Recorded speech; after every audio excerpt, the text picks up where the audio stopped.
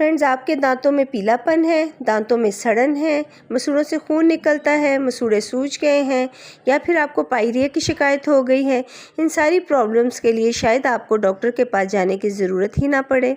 तो आज मैं आपके लिए 2 ऐसी नेचुरल रेमेडीज़ लेकर आई हूँ जिसकी मदद से दांतों से जुड़ी तमाम प्रॉब्लम्स जो है पूरी तरह से ख़त्म हो जाएंगी और आपके दांत मोती जैसे चमकने लगेंगे। एक बार ज़रूर ट्राई करके देखिएगा, तभी आपको पता चलेगा कि ये कितनी इफेक्टिव रेमेडी है। तो चलिए फ्रेंड्स, रेमेडी शुरू करते हैं।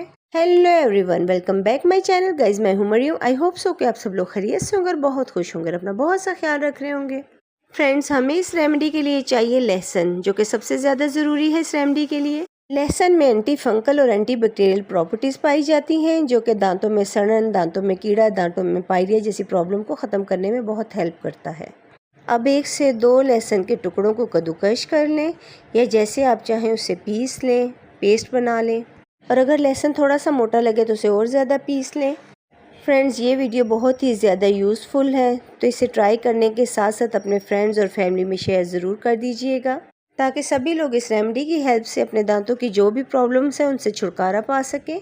अब एक बाउल लें और ये लहसुन का जो पेस्ट है उस बाउल में डाल दें।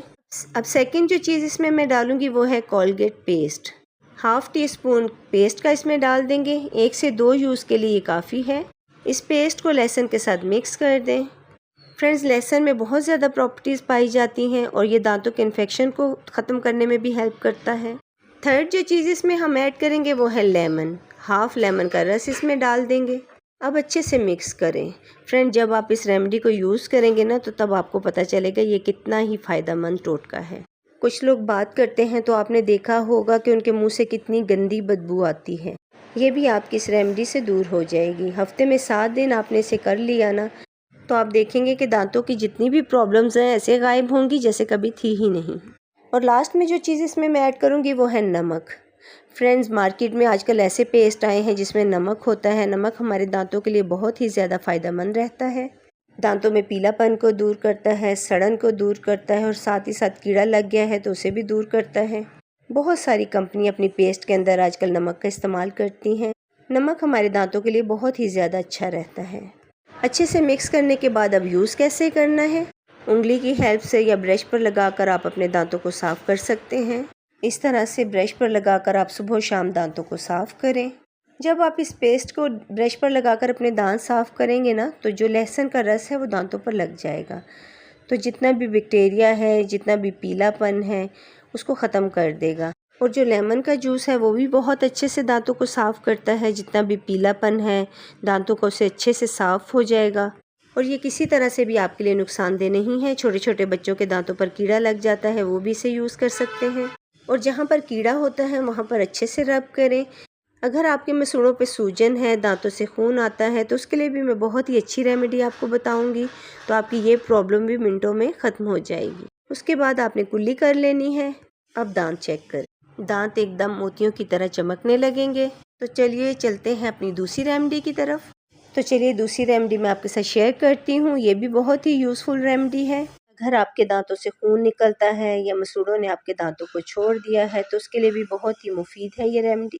तो यहाँ पर मैंने क्या किया है, 1 चम्मच लिया है और उस चम्मच पर मैंने सरसों का तेल डाल लिया है। और सरसों के तेल में थोड़ा सा नमक डाल देंगे और उसके बाद थोड़ी सी हल्दी डाल देंगे और इन तमाम चीज़ों को अच्छे से मिक्स कर देंगे।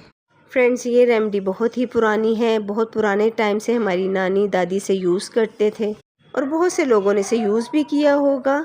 कितने लोग इसे यूज़ करते हैं, ये कर चुके हैं, मुझे कमेंट में ज़रूर बताइएगा, ताकि और लोग भी इस रेमेडी को जान सकें कि ये कितनी पुरानी रेमेडी है। अच्छे से उंगली से मिक्स करें। अब ये जो मंजन है हमारा ये तैयार हो गया है। इसे उंगली से या ब्रश की हेल्प से आप अपने दांतों पर लगाएं। और अगर आप चाहें तो सिर्फ मसूड़ों पर ही उंगली से लगा लें, हल्के हाथ से रब करें, क्योंकि जो नमक है उससे आपके मसूड़े छिल सकते हैं, इसलिए हल्के हाथ से करें। और रात को सोते वक्त इसे यूज़ करें तो ज़्यादा बेहतर है। इसे यूज़ करने से दांतों का पीलापन ख़त्म हो जाएगा और दांतों की बहुत सी प्रॉब्लम ख़त्म हो जाएंगी। अगर मसूड़े ढीले हो गए हैं, मसूड़ों पे सूजन है, मसूड़ों से खून आता है, दांतों में कीड़ा लग गया है, इन तमाम प्रॉब्लम का हल है ये रेमेडी। उंगली की हेल्प से अच्छे से लगाने के बाद कुल्ली कर लें। फ्रेंड्स, दोनों ही रेमेडी बहुत अच्छी हैं, बहुत इफ़ेक्टिव हैं। दोनों ही ज़रूर यूज़ कीजिएगा। और कमेंट में आके ज़रूर बताइएगा कि वीडियो आपको कैसी लगी, और इस रेमेडी को अपने दोस्तों के साथ ज़रूर शेयर कीजिएगा। और अगर वीडियो अच्छी लगी है तो लाइक शेयर ज़रूर कर दे, और चैनल को सब्सक्राइब कर दे, बेल आइकन को ज़रूर प्रेस कर दीजिएगा ताकि आने वाली वीडियो आप तक आसानी से पहुंच सके। अपना बहुत सा ख्याल रखिएगा। मिलते हैं नेक्स्ट वीडियो में। Bye bye.